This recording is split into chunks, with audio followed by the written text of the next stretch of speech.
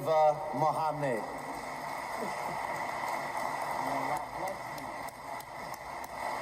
Awesome. Thank you.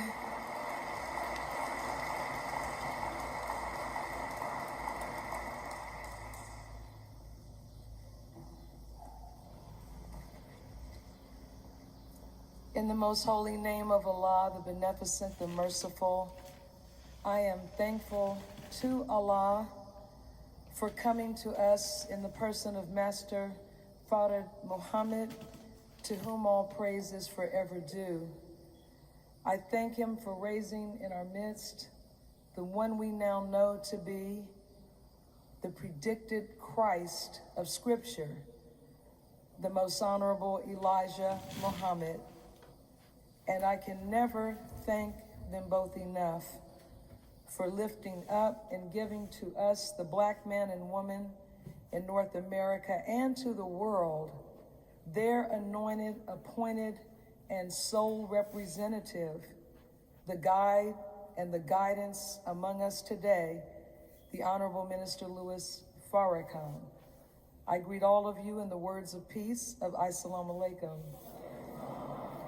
I want to first thank my brother, colleague, and friend, Student Minister Ismail Muhammad, who just returned recently with our Student Supreme Captain and others, with the Honorable Minister Louis Farrakhan from a journey into the Caribbean. And I know when he returns to this rostrum, he will share some of that visit with you and just the little bit that we were told by Brother Mustafa and Brother Ishmael at the council meeting was absolutely earth-shattering. We just can't get our mind around the multifaceted genius, power, and love of Minister Farrakhan. We just can't do it.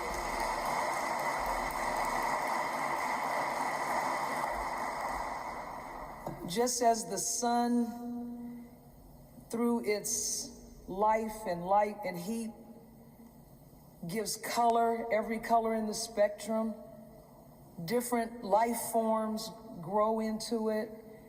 And so all of us benefit from that sunlight in a multitude of ways.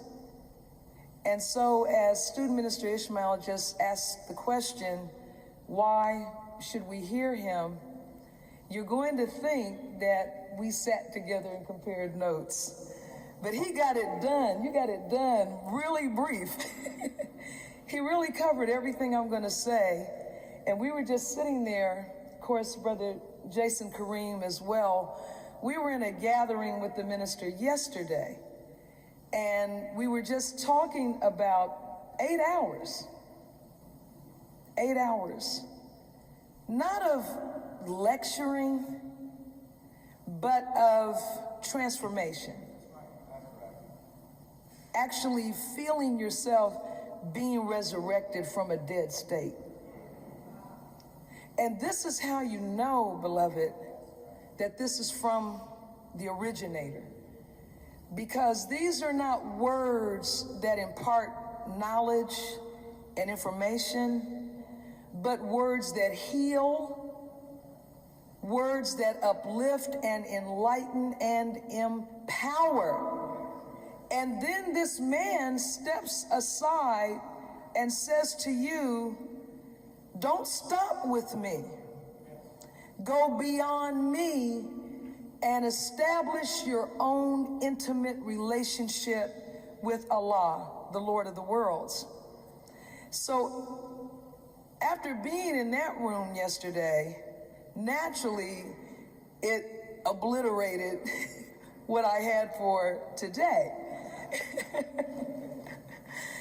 But I was able to pull myself together somewhat, and hopefully with your help I can survive this short message. But as of Friday, as I thought about what to say to you this morning in light of the fact that everything has already been said, I was going to read to you from chapter 16 of the Holy Quran entitled The Bee. This is a very beautiful chapter, and the word in Arabic for chapter is surah. But I was going to read, and that entire book is beautiful, but I was going to read from the section that deals with Allah being a merciful God who is slow to punish. And sometimes we think we want him to speed up punishment on our adversary without realizing that once his mercy reaches its limit, we're going down too. It wasn't just the front part of the Titanic that went down. The entire ship, the largest man-made object on the planet at the time, it went down entirely. And it took decades and scientific innovation to even find its remnants. We have to realize we all benefit from Allah's mercy every minute of every day. I was sitting in the mosque in New York City as a brand new Muslim back in 1983 when Minister Farrakhan came there, and that night he looked at those of us in the room and said these words, "I am your mercy. I am your mercy." He did not say, "I have a quality of mercy." He said, "I am your mercy." This, the highest attribute of Allah, comes to us, as Brother Ishmael just talked about, in a man. And we cannot calculate what his presence among us for nearly 60 years has been doing and is doing. Not just to move us forward, but I am saying to keep us alive. So yesterday, my attention was drawn from the 16th chapter to the 10th chapter of the Holy Quran, which is entitled Jonah. Same Jonah that is in the Bible. And the minister had said to a group of us, referring to his message delivered here August the 17th, that one of our Muslim sisters had said to him afterwards, she said to him, "Minister, in your message you reminded me of Jonah." Jonah was one of the few, and I think perhaps the only prophet in the Quran whose people paid heed to his warning. They actually paid heed and listened and took to heart his warning. And as a result of that, they were spared the destruction that Allah had for them if they did not return to the right way. So I went to Jonah and I looked at the first footnote, and it said from the 10th to the 15th chapters of the Holy Quran, they comprise a group which all begin with Aleph, Lam, Ra. I, Allah, am the seer. The 16th chapter, the Bee, has the same subject matter but does not open the same way. I'm about to read from that shortly. But the translator calls the Bee a supplement to 10 through 15. All of these chapters repeatedly give warning of punishment to the opponents of truth. So I'm going to read just a few verses from Jonah, and note that in the opening commentary, when you go read it, the translator will tell you Jonah's name is only mentioned once in the entire chapter. There's more talk or mention of Moses and Noah, whose people rejected the clear signs and were destroyed. But this one place, Nineveh, the people of that city paid heed. The question is, will we? So in Jonah, just a few verses, but I want to say in the B, just the first verse. In the name of Allah, the Beneficent, the Merciful, Allah's commandment will come to pass. So seek not to hasten it. Glory be to him, and highly exalted be he above what they associate with him. And so again, Allah is telling us in that surah or chapter, don't keep wishing that he would hurry up and bring what he's going to bring. And he said, but don't worry, because it is coming. So here is Jonah, in the name of Allah, the Beneficent, the Merciful. I, Allah, am the seer. The seer. Now, I'm going to stop right there. The last few times that the minister has come before the people where I've been present, because I'm only present at a fraction of his messages that he's delivering globally. If you track and gather the data, I would believe, I'm almost certain, that President Obama and all of the presidents before him, none of them have traveled the earth as extensively as Minister Farrakhan, and more than that, the work they did in their travels was not in accord with the will of the originator. They did not travel to lift up and save humanity and sit down with heads of state from every walk of life. Most of these presidents are so arrogant and limited in a box by a shadow government controlling them like a puppet. They're not even allowed to speak with heads of state if those heads of state have any difference with the will of the United States of America.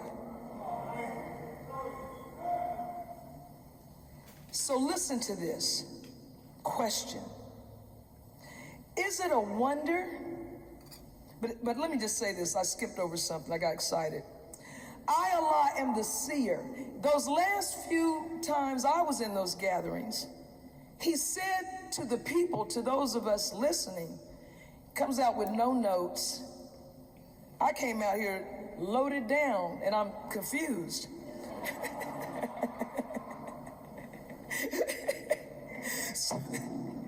But he steps up with no notes, and you know what he says to the people?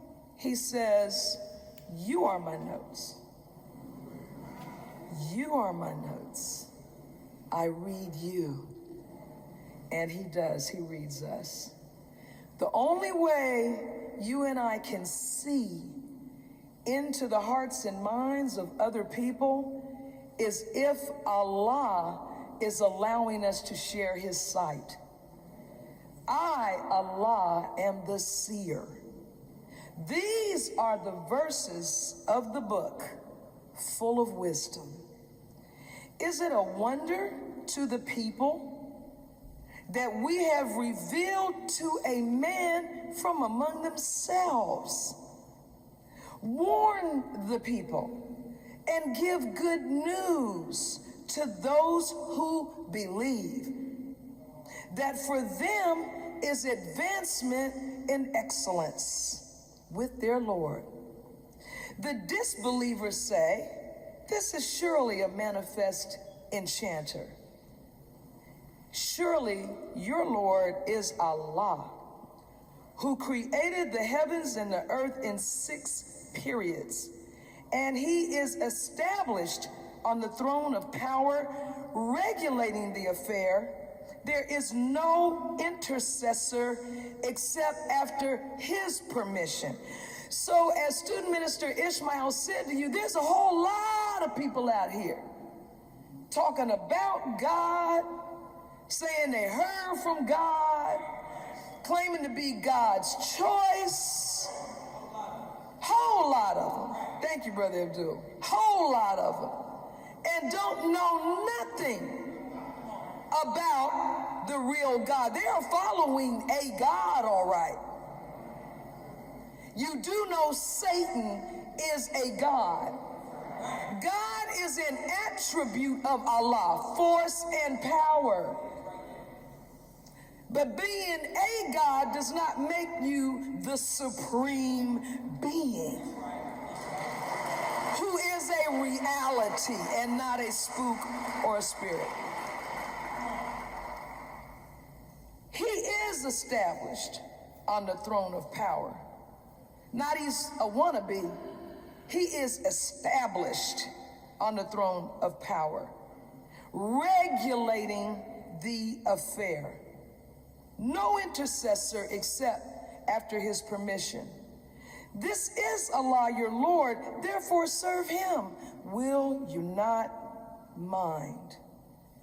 To him is your return, all of you. It is the promise of Allah made in truth. Surely he produces the first creation, then he reproduces it, that he may reward with equity those who believe and do good. And as for those who disbelieve, for them is a drink of hot water and a painful chastisement because they disbelieve. And this last one that I will read, verse 5, he it is who made the sun a shining brightness and the moon a light, and ordained for its stages, that you might know the computation of years and the reckoning. Allah created not this, but with truth. He makes the signs manifest for a people who know. Now, beloved, Minister Farrakhan told us in the time and what must be done that the murder of Trayvon Martin was the nail in the coffin of white supremacy. So you're saying, well, then how did Jordan Davis and Michael Brown and all the other unnamed victims get killed? He said the nail in the coffin of white supremacy. So now we're seeing why. First of all, you know what lynching is. Lynching is a violent punishment or execution without due process for real or alleged crimes. In this country, when you hear lynching, it actually applies to the pervasive practice of white people, primarily in the South, but not only in the South. After the Civil War, when whites terrorized and murdered black people on a daily basis as a means of maintaining or regaining control over their freed slaves.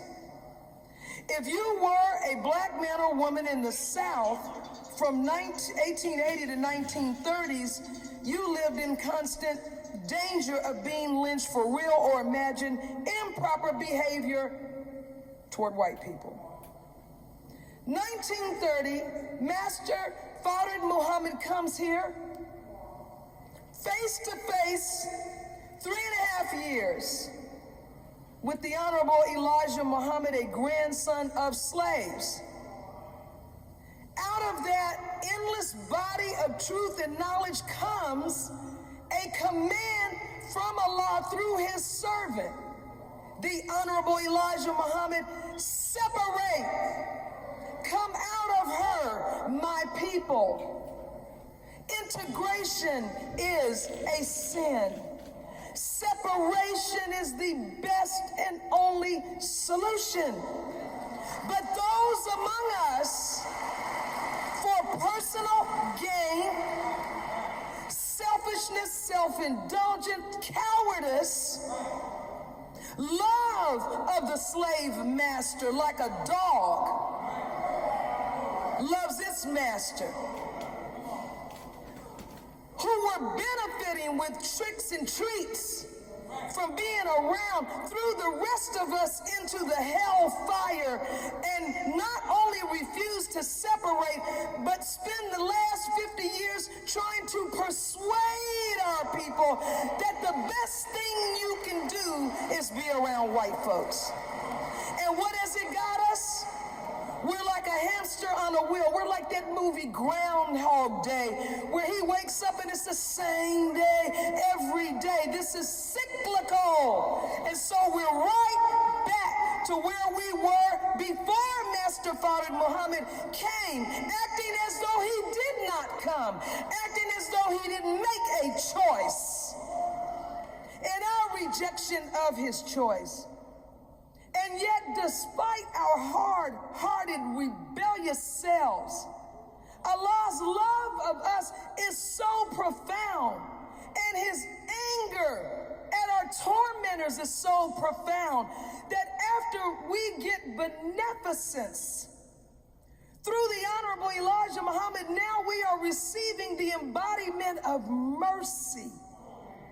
And so if we don't, in this last moment, move these Negroes out of our eyesight, stop listening to them, stop looking at them, and accept Allah's choice. It's the only way we're gonna live. So here we are. The nail in the coffin of white supremacy. How? Because when white women acquitted George Zimmerman, a civilian, bipolar, hater, sociopath. That's right, I said assume me. It's not an assertion, it's an opinion. It's my opinion. You gotta be a sociopath to lay in the dark in your car, to call 911 all day, every day, to beat up your girlfriends. You're a sociopath. And you're laying in wait like any predator, you see, and you kill this child, 17 years old, junior in high school, and he walked out that courtroom, he didn't even get a ticket. You pay more for parking in the wrong place, especially in Chicago. Brother, you pay more for a parking ticket than he paid. And now his lawyer is all over television land, basking in his victory and spewing hatred. But it's okay. Allah's command is true. Don't seek to hasten it, because it is on the horizon. Don't worry about people like that. We just need to save ourselves. But when those white women let that man walk out that courtroom, they unleashed the white male's fear of the black man, his hatred of the black man. And once it was done, then it became open season. Because if a civilian can walk out the court for killing our children in the dark, then a licensed, authorized officer of the law with guns from the government, he can shoot our children and gun them down in open daylight, 2:30 in the afternoon, and stand there looking, see? So it brings them to the surface.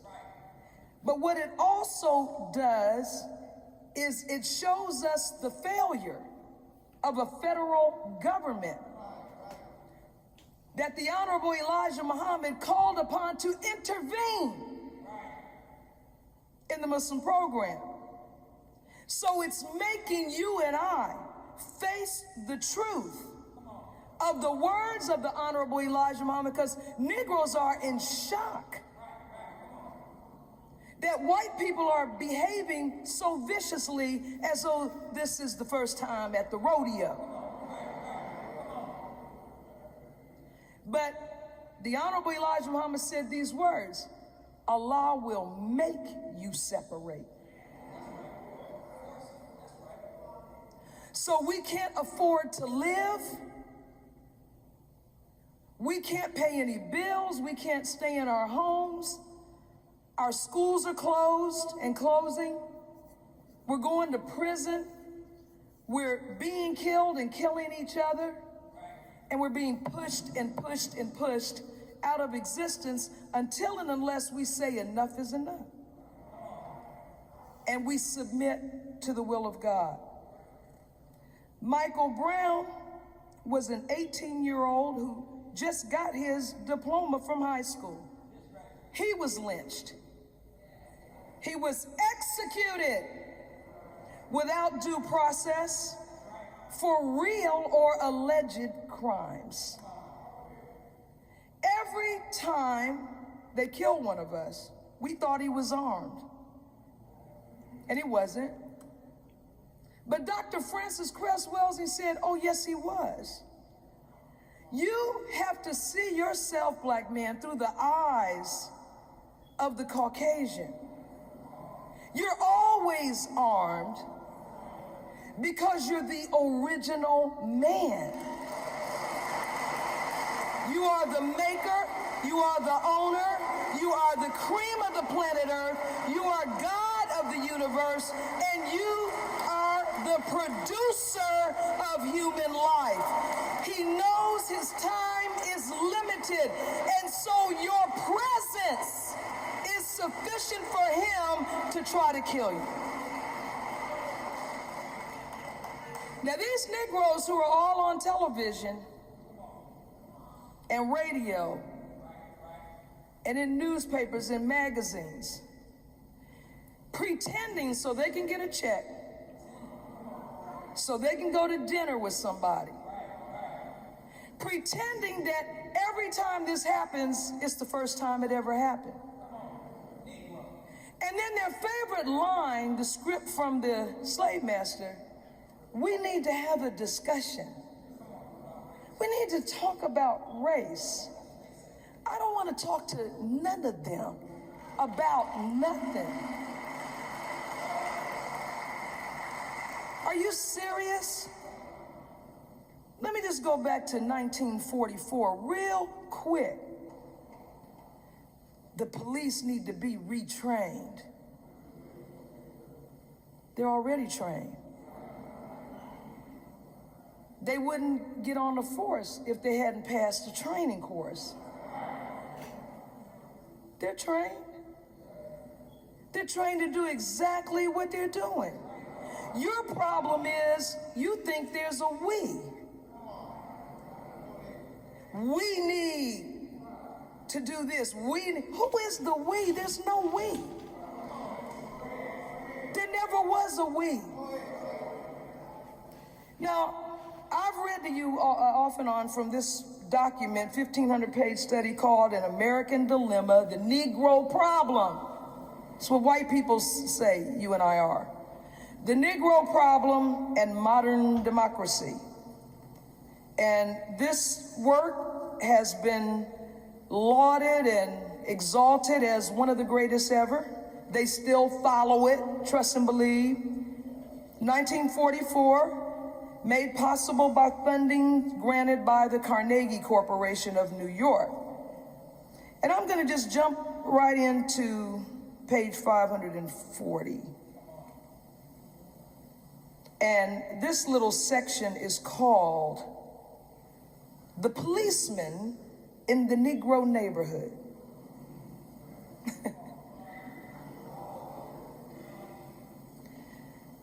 This weak man with strong weapons, the policeman. The typical policeman is a low-paid, dependent man with usually little education. His social prestige is low, but he is the local representative of the law. An appointment to the police force means an advance in income and economic security to poor, white, unskilled workers.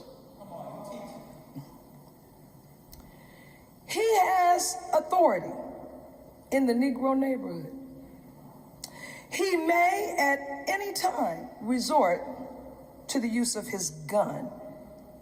It is not difficult to understand that this economically and socially insecure man, given the tremendous and dangerous authority, continually feels himself on the defensive.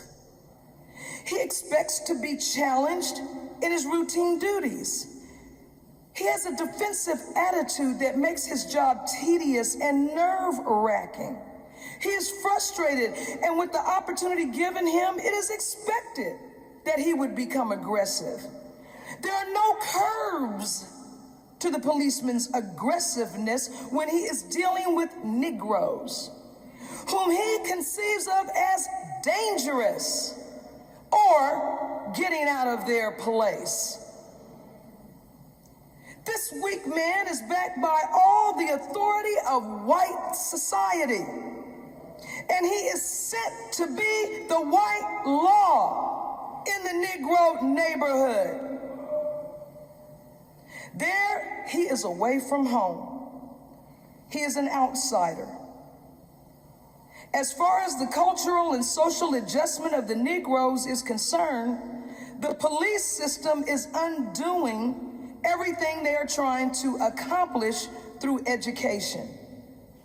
In the South, he is a promoted poor white with a legal sanction to use a weapon. His social heritage has taught him to despise the Negro, and he has little education that would ever have changed him. His professional experience with criminals, prostitutes, and loiterers in Negro joints, and with such, quote, good niggers as he can use as informers, spotters, and stool pigeons, petty criminals and racketeers who, as an exchange for police immunity, help locate Negroes desired by the police department, are strongly selective and only magnify his prejudice. The result is that no group of whites in America have a lower opinion of the Negro people than police officers. Come on, you teach. The most publicized type of police brutality is the extreme case of Negroes being killed by policemen. This phenomenon is important in itself, but it constitutes only a minor portion of all police brutality, And the information available on Negro killings by the police doesn't even give a reliable index of the wider phenomenon. More than half of all Negroes killed by whites in the North and South are killed by police.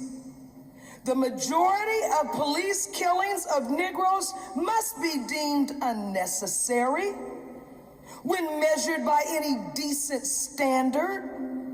The victim is almost always totally innocent.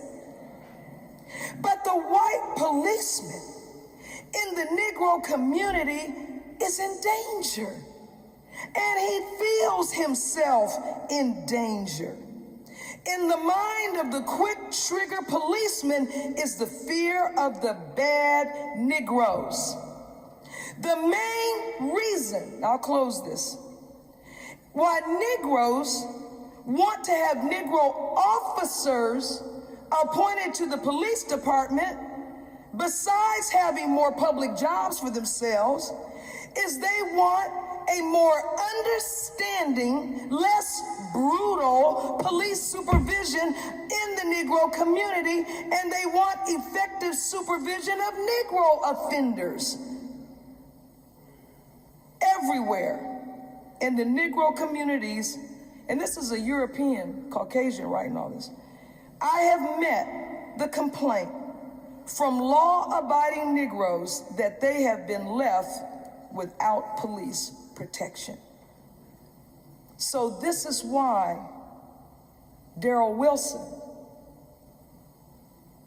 rolled up on those two young brothers,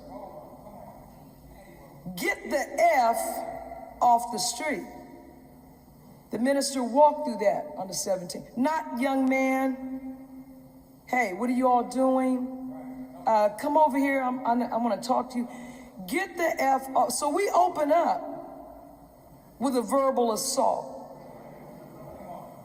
So you hit them in the face, rolling up on them with words. So the friend said he grabbed Michael by the shirt. You know, come here, come over here. So you bend over, grabs him by the shirt. And a struggle ensues. He hears the gun go off. Michael turns and runs. This man jumps out the car, fires at least 10 rounds. The so-called kill shot, according to the world's top forensic expert, Michael Baden, recognized without refute, top forensic pathologist in the world, said the last bullet went down through the top of his head and came out through his eye. Execution. That's what the mafia does, see? That's what any assassin does. He's down, you're gonna make sure he doesn't get back up. The only reason there was a conviction in the Jordan Davis killing is because some of those brothers lived to testify. So the message to them is, don't let anybody live. And that other brother hid behind a car, but this man emptied his weapon, trying to kill this young brother. Now, you don't have to be a lawyer. I happen to be one, and I happen to be a former prosecutor. And I'm telling you, when there's a bullet in the top of the head, there's nothing else to talk about. We have murder one. We have murder one in the story. What are we talking about? What are we talking about? The killer is not saying a word. He and his lawyer are sitting back looking at all the evidence. You got a prosecutor who, back in the early 2000s, Here's a case where two brothers are sitting in a car at a McDonald's or somewhere, parked car. Two undercover means that. It means you look like me. I don't know you, police. Okay? Two undercover officers fired 21 rounds into that car and killed them. They said they thought they were doing a drug deal or something, then they were trying to escape. Flight is not a capital offense. Flight is not a capital offense. If they had been trying to flee. However, forensics showed the car never moved. Execution. The same prosecutor that's doing this case did that one.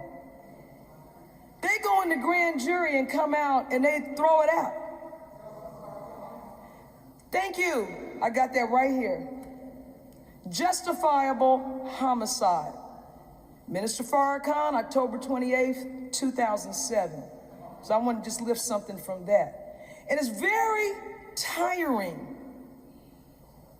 I don't know how he does this. He has to be the embodiment of mercy.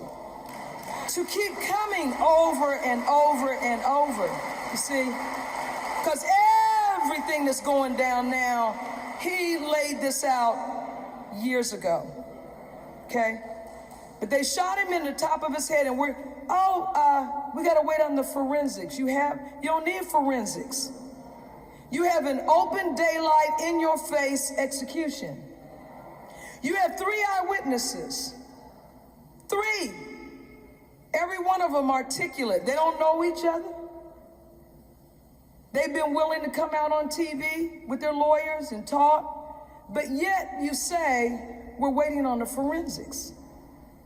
See, this is white people, what they think of you and me. See, you pour your heart out and they say, well, we're waiting to see what happened. Remember, 3/5 of a person. Article 2 of the U.S. Constitution. So 3 of us don't have enough credibility for probable cause. Remind you, the grand jury is only coming out with a charge. It's nothing, it's just an accusation. They hate you and I so much that they abhor the idea, listen to me good, of charging any white man with killing wrongfully a black man or woman or child. So, now, Negroes on TV betraying us openly, attacking our children, telling our youth, y'all need to stop looting. You're taking away from the issue. Michael didn't want to be remembered for disturbances. Michael didn't want to be remembered at all. He wanted to be alive. What are you talking about? He's a martyr, he's this and that.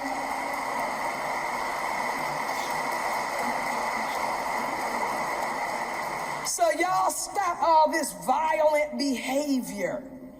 Be orderly. Be peaceful. Now, the minister explained in Justifiable Homicide why people react this way. And I'm just going to read briefly. The Honorable Elijah Muhammad said, justice is a principle of fair dealing, and it is the law that distinguishes between right and wrong. He said, justice is the weapon that God will use in the day of judgment. These words of the Honorable Elijah Muhammad are so pregnant. Justice is the weapon that God will use in the day of judgment. Justice now becomes a weapon that evens the score. Because if you like killing, then you should like dying. If you delight in killing others that God gave life to, you cannot return that life after you take it from them. Then the God of justice will use the law of justice as a weapon against white supremacy, but also as a weapon against wicked governments that have misused their power and authority, destroying the lives of innocent human beings.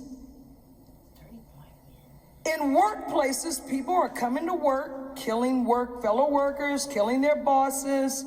Children show up in school armed, killing fellow students and teachers, then themselves. This is going on in cities across the country, in workplaces across the country. The murder rate is rising, rising. But is it justifiable? Justice is symbolically represented by a female with a blinder on and scales in her hand. The scales are not supposed to be tipped.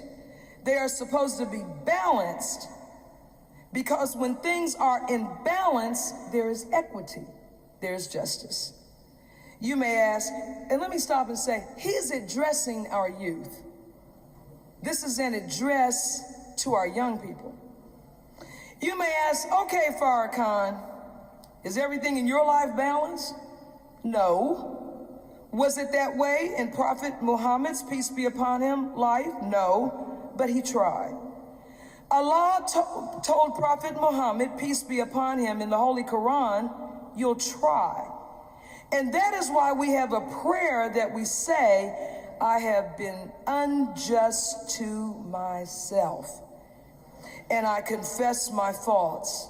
So grant me protection against all my faults, for none grants protection against faults but thee.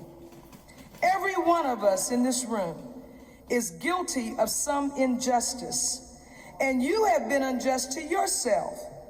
If each of us in some way has been unjust to ourselves, what protects the neighbor? If you are unjust to yourself, you are going to be unjust to others. Maybe not by design, but the frailty of the human experience.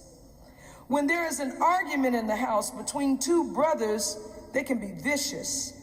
If father and mother are there, they want the two brothers to reconcile the difference, but they are also looking for some form of justice to give balance. Look how long the Palestinians have been without justice, and what has that injustice done to the balance of the mind? Now stop for a moment. This is 07. Last week, or 2 weeks ago, he told us Hamas has clearly come to the conclusion. Persecution, as the Holy Quran reads, is worse than slaughter. There comes a time when the oppressor's mistreatment is worse than being dead. And it is then that a people stand up to fight. Let me go back and finish this real quick. Now here is why our children are going off and we're going off. And the people on TV should have read this instead of parroting what the enemy says. The Honorable Elijah Muhammad said that when balance is so disturbed that the human who cries out under oppression and tyranny for justice is denied justice in the deliberative bodies that have been set up to guarantee that balance, that human loses balance. And the result of losing the balance of your mind is you become a savage.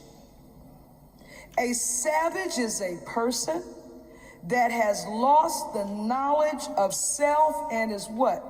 Living the life of a beast. This is what injustice without a proper system of redress for grievance brings about. And the result is savage behavior. So it is not that our children are by nature violent.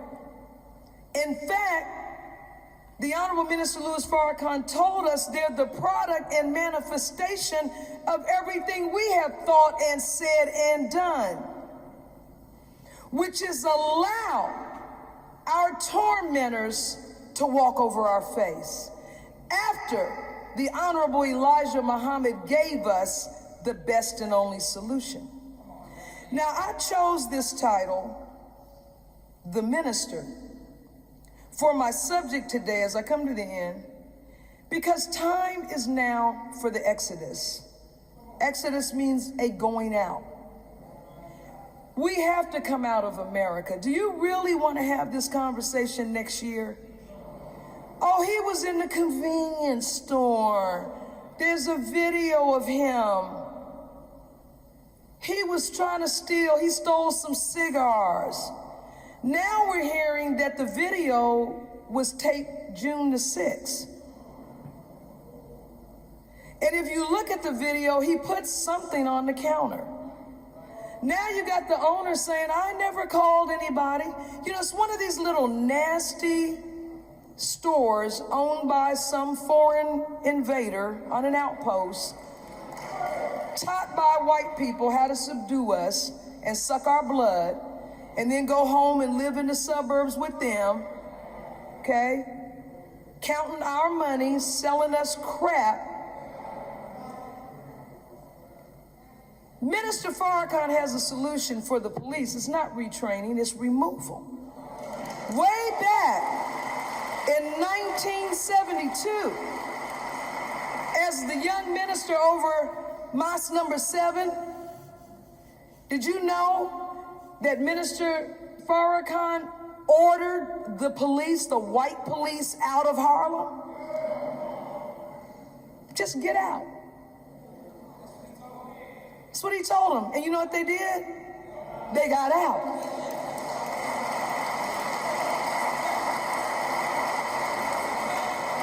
All the solutions offered by Allah, they're always simple. They're just not easy. They're simple because you get it instantly. So we can't say we don't understand. The difficulty is breaking away from our emotional and financial attachment to the enemy of our children, which should be our enemy. Why are we on television calling black youth them? Now, when this white boy, this rich white boy down in Texas last year got high, got him some reefer, some coke, took some drinks in his rich parents' house, jumped in a giant one of them big wheel trucks, and came barreling down a residential street. All right, now 70 miles an hour. He mowed down and killed 4 people. Never saw a jail. His lawyer introduced a defense, the doctrine of affluenza. Said the child lived such an affluent, wealthy life, and his parents never gave him direction. He doesn't understand the difference between right and wrong. Oh, yes, ma'am. He was sentenced to a couple of months at a resort out in Montana. You don't hear white people on TV with their psychotic, wicked children who shoot and say to their parents, I hate you, I can't stand you. Wasn't that a white girl over in Oak Park? Mom took her and her boyfriend to Bali or Thailand because she and the girl, they don't get along, and well, I'm gonna take them on a luxury vacation. The friends begged her, don't take that girl anywhere. They killed her and cut her up and put her in a suitcase. This just happened last month. But you don't hear white people saying them and going on television talking to young people from a studio. Why don't you do like the minister did and sit down with our young people in the hood, face to face, eye to eyeball, knee to knee, and talk to them for not 1 but 2 days for about the 8th time, and bring together young people who used to kill each other on sight. Who wouldn't be shooting a gun if you weren't so frustrated? Your whole life is limited to a 2-block radius in a desolate, poverty-stricken area. You know how many children in Chicago have never seen Lake Michigan?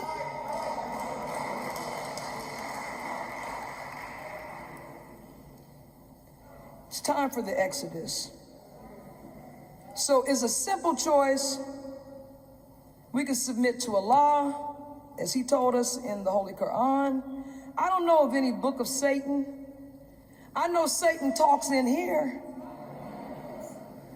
And in this same book, when Satan's time comes and he's about to get wasted, and you standing there right with him, one of his homies, he turns to us and says, I never had any authority over you.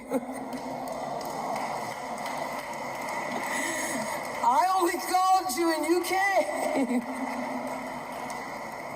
I can't even help myself, so I sure can't help you. Well, there are many definitions of the word minister, but the one applicable as we come to the end of this discussion is the noun, meaning servant, agent, instrument. And this book of Exodus, some biblical scholars say Exodus is actually the most important book in the Bible because of the appearance of God in person. He converses directly with Moses.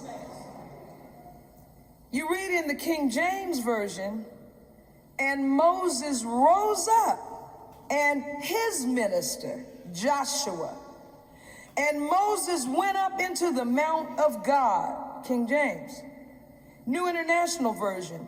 Moses set out with Joshua, his aide, and Moses went up on the Mount of God. New King James Version. Moses arose with his assistant, Joshua, and Moses went up on the Mount of God. Different translations, same meaning. Joshua belongs to Moses, his minister, his assistant, his aide. They come out together, and then Moses goes on up to the Mount of God. This ain't about dying or fading to black. Up on the Mount of God, which is where? Time and what must be done. There's a plane sitting up above our heads. Have you forgotten about it? You better think about it right now so we don't get scared when we see what they got. You see, remember what we have. Note that Exodus 24:9 and 10, Moses, Aaron, and all the elders, quote, they saw the God of Israel. Under his feet was something like a pavement. See, they saw him. He had feet. So they were not looking at a spook or a spirit, but a man. He was visible to the eye. They saw him, and it was not an it. This was he. And he had feet. He was a human being. Now, when Brother Ishmael and I were talking earlier about the minister throwing at us in a very precise manner the fire power of Allah through the word just yesterday. That's just one sitting, one gathering. And how, and Brother Jason said it too, you wake up in the morning and you're exhausted, like you've been in a sauna or a steam. It's like a purification you go through. And you're happy and you're fired up, but something has been taken, like the toxins being cleared out of your head and body. The Honorable Elijah Muhammad called the Honorable Minister Louis Farrakhan his lead minister. To lead means to guide in direction, course, or action. To conduct, to go before, to show the way. And we heard the minister explain to this gathering yesterday that the lead wire is tied to a generator. The lead wire is the one that carries that high voltage power from the source to the batteries or other components. It is electrically conductive and it connects these two locations. And it gives out just enough energy to energize the battery, but not too much because it'll kill the battery, make the battery explode from the force of power coming from the source.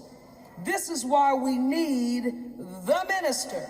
We don't need, as Brother Ishmael said, all these people talking about God, screaming and singing and yelling about what somebody said 2,000 years ago. The minister quoted the Honorable Elijah Muhammad as saying, "I have given you invincible truth." Whoa. Invincible means incapable of being conquered. Incapable of being conquered. It cannot be subdued. It cannot be defeated. We've been under the rule of an enemy that has given us nothing but lies, deception, and mistreatment. So a sudden jolt of invincible truth would kill us. So we have to have that lead wire so we don't explode. You know, I know, everybody knows all over the planet, when someone says the minister, they are talking about one man. One man. Minister Louis Farrakhan.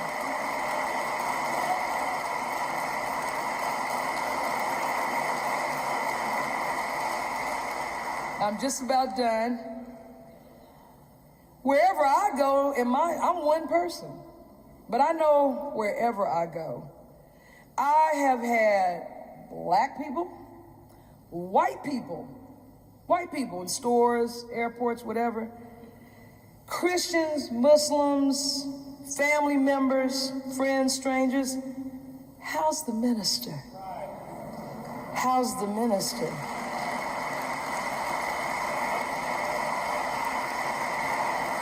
The people love him.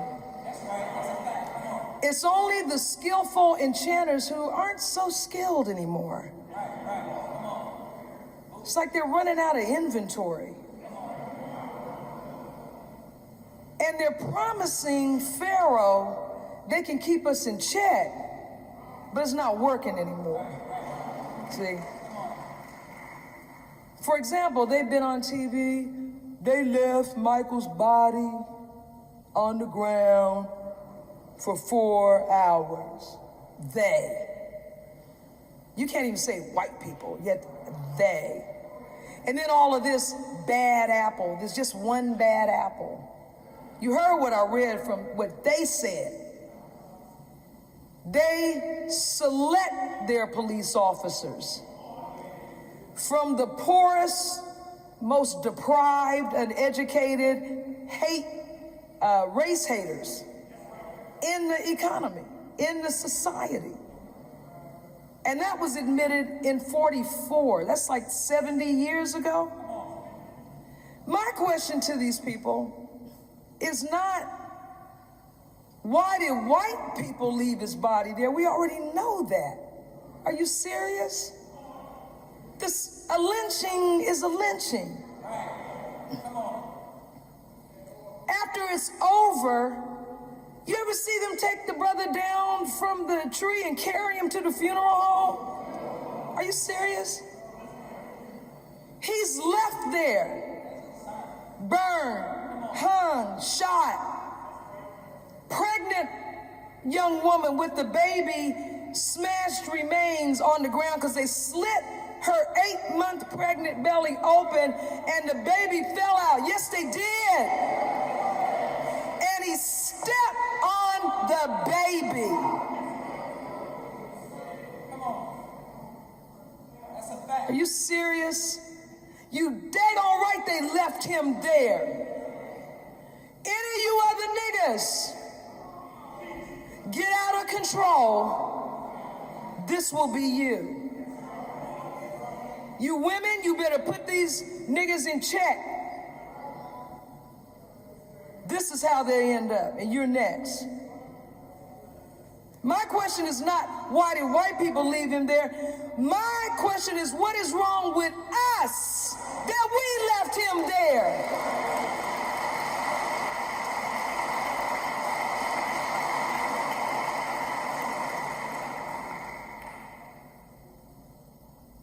Minister Farrakhan gave the research team some assignments a while back, and one of the things we were asked to look up was the difference between sheep and goat.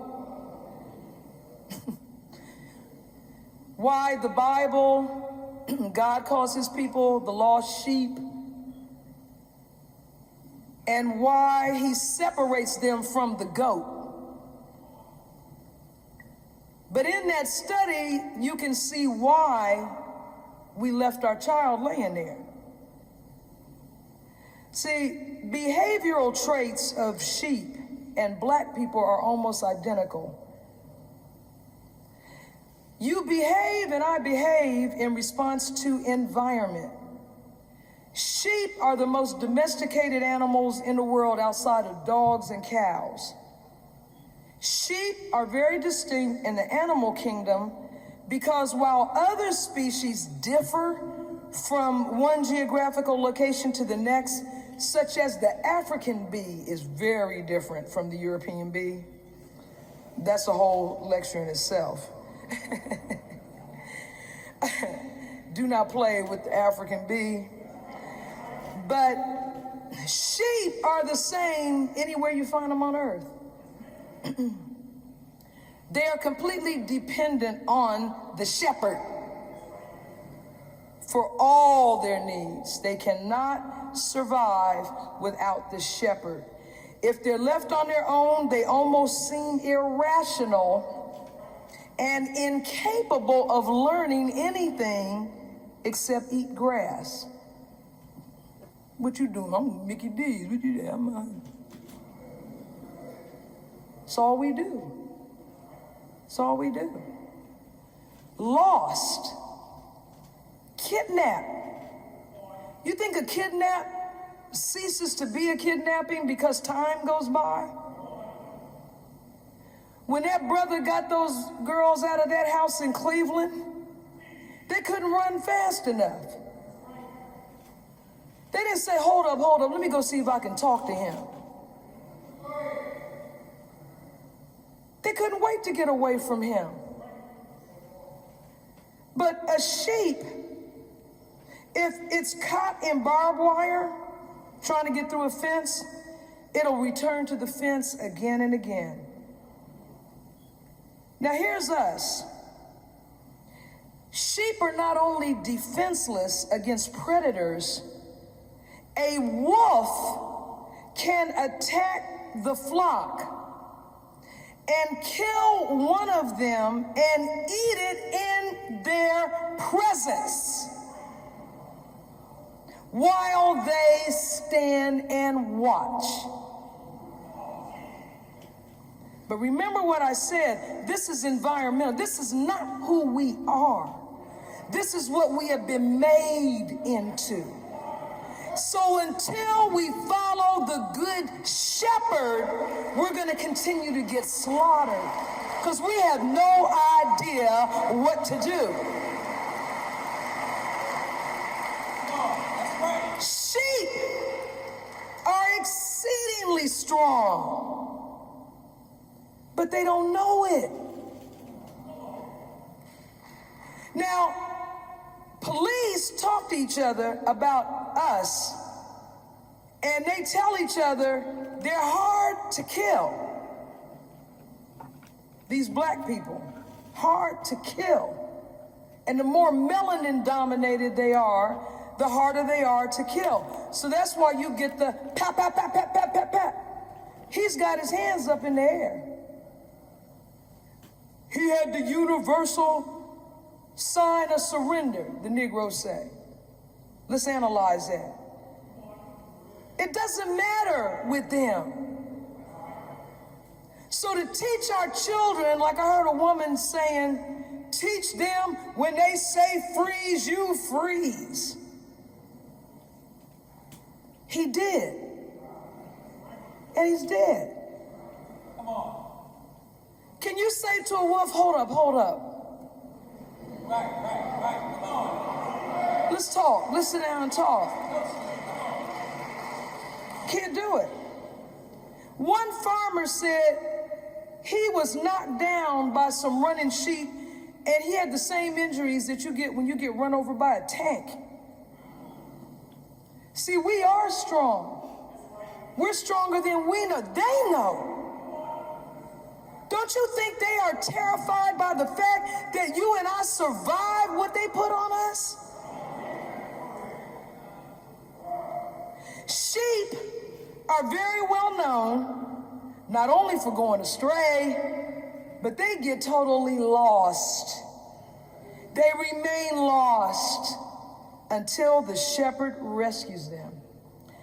Farmers in the Scottish Highlands find their sheep miles and miles away, and the sheep is totally unconcerned with his plight. You can come across ditches, go fishing in streams, and find the remains of a poor wandering sheep. You can be driving on the road, and a sheep will watch you driving in its direction, wait till you approach, and cross right in front of you. Now tell me that ain't Chicago.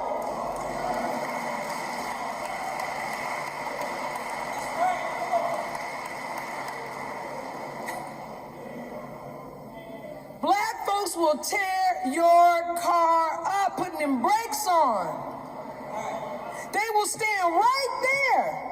I see them. I see you on the corner. As soon as I get to here, you come. Then I gotta stop. Then you're like, go on. Well, I mean, I am in the street, brother. This is a car. Like Richard Pryor said, get out that street, brother. You ain't no stop sign.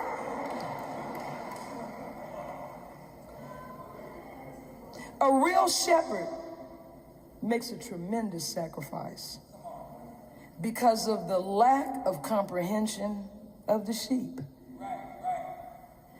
Listen at this. The sheep don't help the shepherd in any way. Yeah, you got a dog. You say, come on, Sparky. And he just, go get the bone, Sparky. Go, you something. Give me something here. You know, not a sheep. They have to be pinned in for their own protection. They want to get out, and the wolves and coyotes want to get in. If there's no pen for the sheep, the shepherd never goes to sleep that night. Here's John 10. Then said Jesus unto them again, verily, verily, I say unto you, I am the door of the sheep. But he that is a hireling, and not the shepherd, whose own the sheep are not, sees the wolf coming, and leaves the sheep and flees, and the wolf catches them and scatters the sheep. The hireling flees because he's a hireling and cares not for the sheep. These Negroes run from us. Can't find them when we're in a crisis. But the minister comes right in our midst. And his presence spares us from the external enemy, and the word of God coming through us spares us from the deceptive intelligence in us that is the internal enemy. Hirelings. And what does Jesus say? I am the good shepherd. I know my sheep and am known of mine. As the Father knows me, even so now I know the Father, and I lay down my life for the sheep. And other sheep I have that are not of this fold, them also I must bring. They shall hear my voice, and there shall be one fold and one shepherd. The shepherd. Unlike other animals, the horse, the dog, if you let go of a sheep, it's never coming home on its own. When you find it, you have to struggle with it to rescue it. That sound like us? Why are they killing our youth? Look at nature. A wolf will never choose an old sheep when it can get a lamb. He wants some lamb. A shepherd will tend the flock, lead them, work to keep them together. But when it comes to the lamb, the shepherd literally picks it up and carries it himself. And that is what he did at the salon. He picked our babies up and carried them himself when the old sheep turned their backs so they could feed from the hand of the wolf. With all their self-destructive traits, the sheep have one saving, redemptive quality. Just one.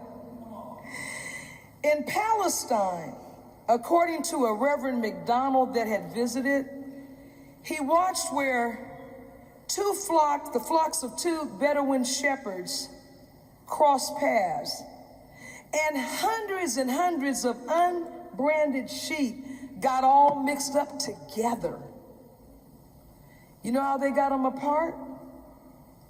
One of the shepherds walked a distance down the road and made a call, and only his sheep responded. The sheep know the shepherd's voice. That's the salvation. All praise is due to Allah. All praise is due to Allah. The voice of the minister, the voice of Farrakhan. Through him, John 10:27, my sheep hear my voice, and I know them, and they follow me. So, in closing, look, if God is a just God, and he's in power always, why, beloved, should people of 2,000 years ago, who didn't have your knowledge and sophistication, be held to a higher standard than you and I? They were expected to be able to see the divinity of Jesus in their midst while they looked at a man. They followed a man. They had to accept or reject the word of God from the mouth of a human being. So you say we should be allowed to fail to recognize the divinity in the human? That we're allowed to pretend Jesus and God are puffs of air? That we can look back 2,000 years so we can follow a man that's been gone and can't enforce God's law? So all you got to do is tattoo his name on your neck somewhere or on a t-shirt and holler every few Sundays and you're saved? That's it, it's a wrap? Think about it. There's no way Allah is going to leave us without guidance in this hour, and no one that lived 2,000 years ago would be able to lead us in this hour. So don't look for the person in the prophetic scripture. Look for the characteristics of the person in your reality. Otherwise, you're just playing around. You understand?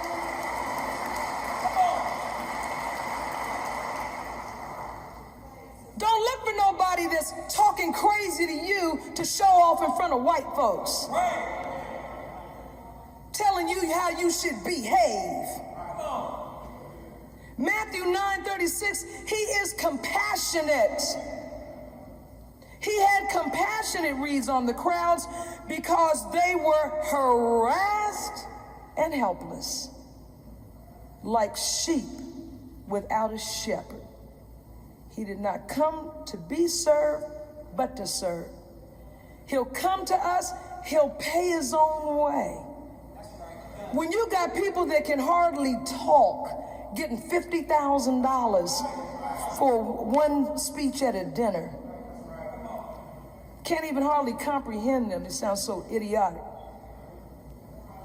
He's a man who is submissive not to the oppressor's will, but to God's will. Obedient to his Father. He's never stepped out and not said, I am a student of the Honorable Elijah Muhammad. Now, what big preacher do you know or ever heard of that gives credit to any man? Even though most of them, if they can keep an audience, it's because they stole something from his lectures. Trust and believe. Because they ain't got nothing to say that can hold your attention.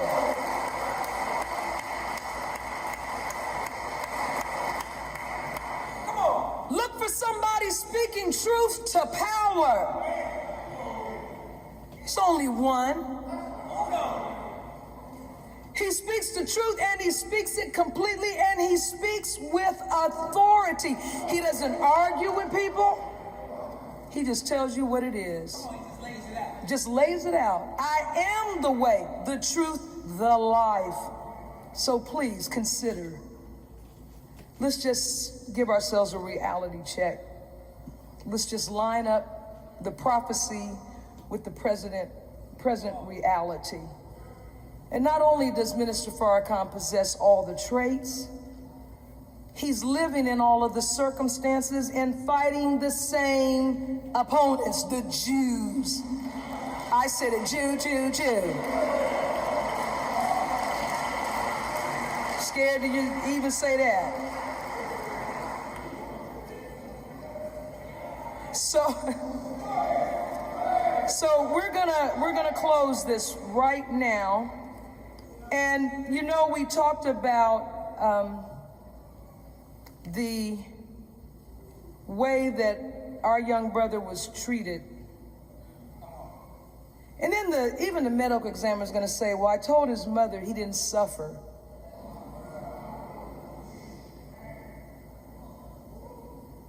But this is just their mindset, you know? Separation, the best and only solution. So you know I'm going to show you a little short nature clip. Real short. This one's really, really short. But I want to say this to you. Take home one word from the Muslim program and consider it. You know number 4. You know 1, 2, and 3. What the Muslims want. Freedom, justice, equality. And then number 4, very plain, obviously, we're not getting that. Okay? So I'm going to lift from number 4.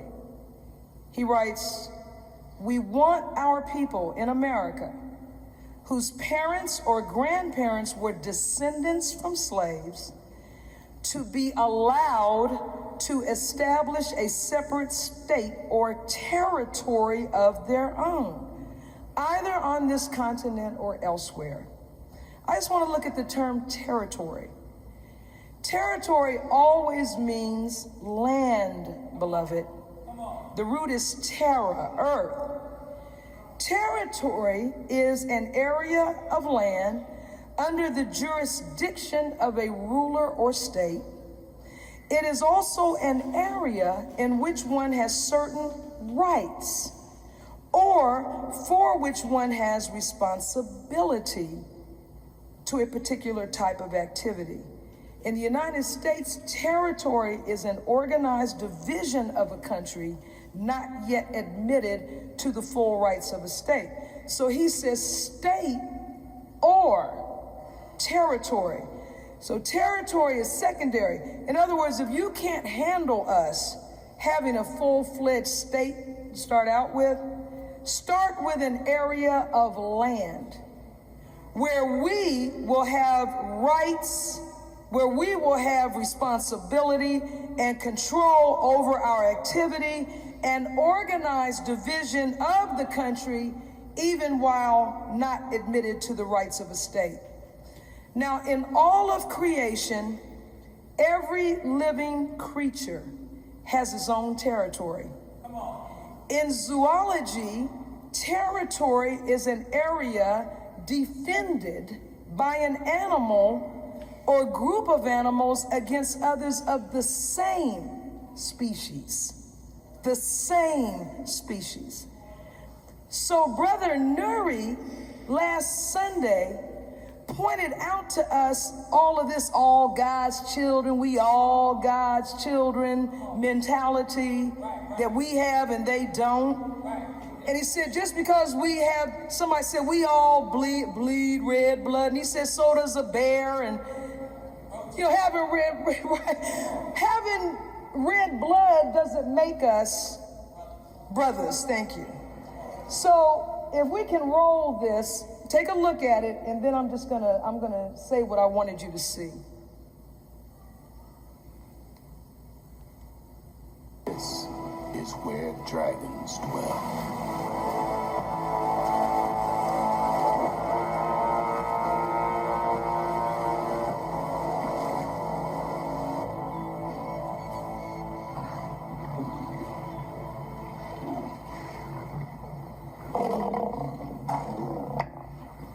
The river pride feeds on a dead hippo washed up on the river's bank.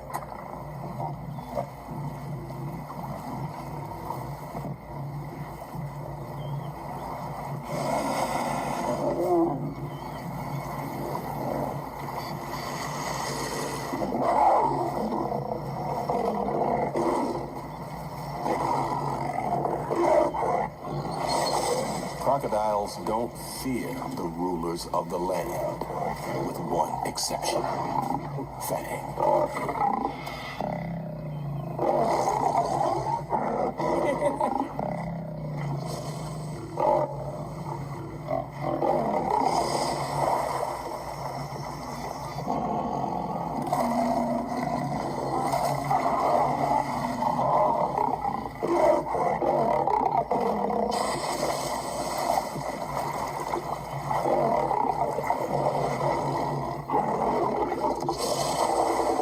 Today, the pride's protector has earned his keep.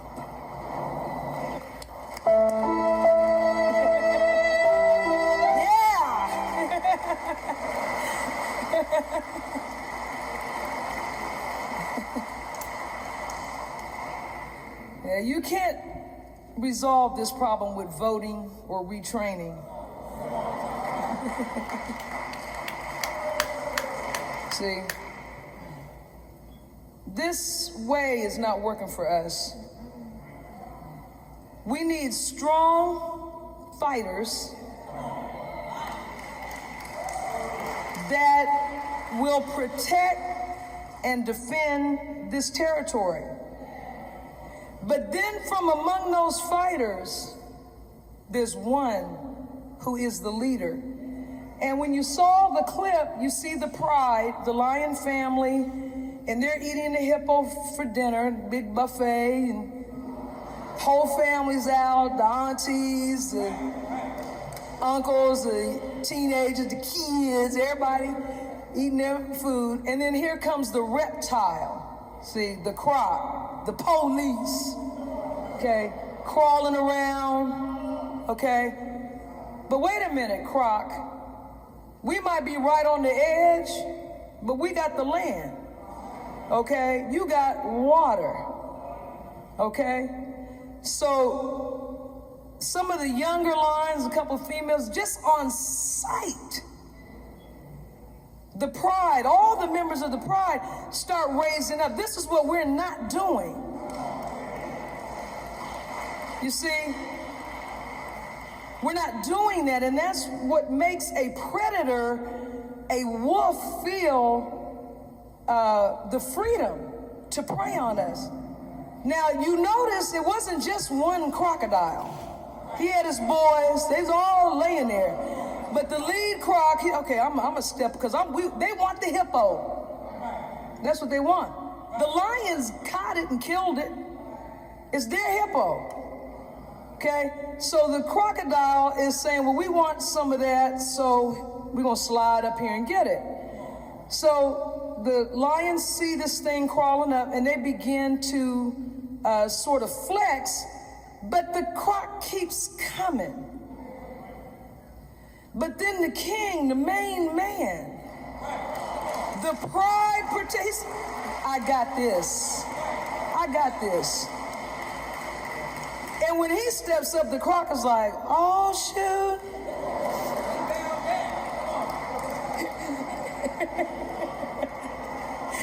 Okay. See what had happened was. So the croc, croc is no joke now. Okay. 3,000 pounds, it's no joke.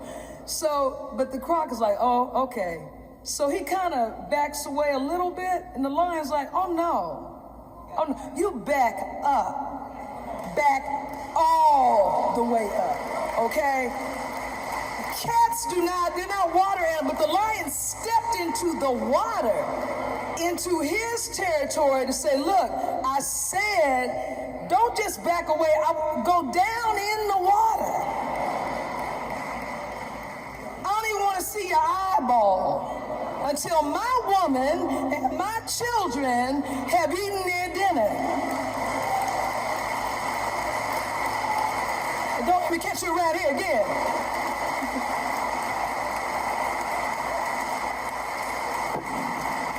And so lastly, beloved, the Honorable Minister Louis Farrakhan told these scared people in an open letter, stand down. I got this. And he does have it. So don't let these noisy, squeaky, cowardly sellouts get in the way anymore. May Allah bless all of us with love and the light of understanding. As I greet you in peace, assalamu alaikum. Allahu Akbar. Allahu Akbar. Allahu Akbar. God is the greatest. All praise is due to Allah. Keep your hands going for Student Minister Ava Muhammad. A wonderful, wonderful representation this morning. All praise is due to Allah. All praise is due to Allah. Please be seated, dear brothers and sisters. As we close out our program, we do have a few important questions to ask our visiting guests and friends and family. Our first question is, how many of you are here for your first time today? Can you put your hands high in the air? Welcome, welcome, welcome. Praise be to Allah. It's an honor having you with us. Our second question is, those who raised their hand, you're here for your first or second time. How many of you believe that what you heard today is the truth and good for our people? Put your hand back up. All praises due to Allah. The last and really most critical question. Those of you who are here for your first or second time and raised your hand, you believe it's the truth and good for our people. How many of you would like to join your nation, the Nation of Islam, and help the Honorable Minister Louis Farrakhan change the condition of our people and our community, put your hand back up again if you would like to help. While your hand is up, brothers and sisters, we want you to stand up right where you are. Stand up, my beloved sister who raised her hand.